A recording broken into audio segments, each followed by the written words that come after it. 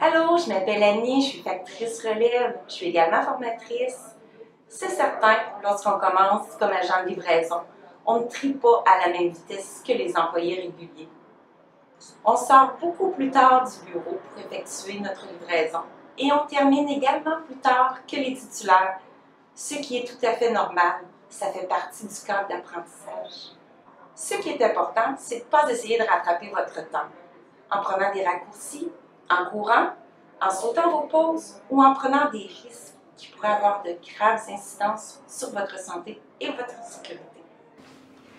Les boîtes à relais sont là pour vous alléger la tâche. Souvent, pour gagner quelques minutes, on a tendance à sauter des relais, ce qui fait en sorte que nous traînons une charge inutilement sur notre dos.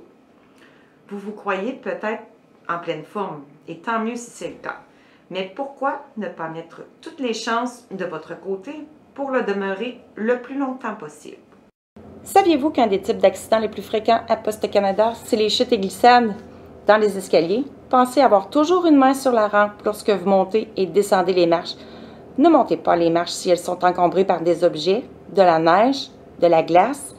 Regardez toujours où vous mettez vos pieds. Il ne faut pas avoir peur de rapporter du courrier au bureau si vous jugez que ce n'est pas sécuritaire. Personne ne vous blâmera d'avoir agi pour votre sécurité. C'est important de rester attentif et alerte à tout ce qui se passe autour de nous. Si vous devez regarder votre courrier, immobilisez-vous avant. Ce n'est que de cette façon que vous pourrez prévenir et éviter de vous blesser. Les morsures de chiens sont également une des causes fréquentes de blessures chez les facteurs. Le titulaire d'une guide itinéraire devrait nous fournir un carton rose avec la mention de faire attention aux chiens juste avant d'arriver à destination. Malheureusement, ce n'est pas toujours fait pour diverses raisons. Ce n'est pas parce que vous n'avez pas de carton rose que le chien ne représente pas un danger. Vous ne devriez jamais livrer le courrier dans une boîte aux lettres s'il y a un chien entre vous et cette boîte.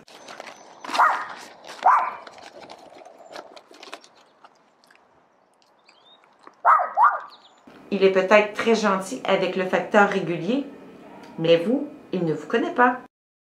Restez alerte aux signes annonçant la présence d'un chien, comme par exemple une laisse, des excréments, un bol d'eau, des jouets pour chiens.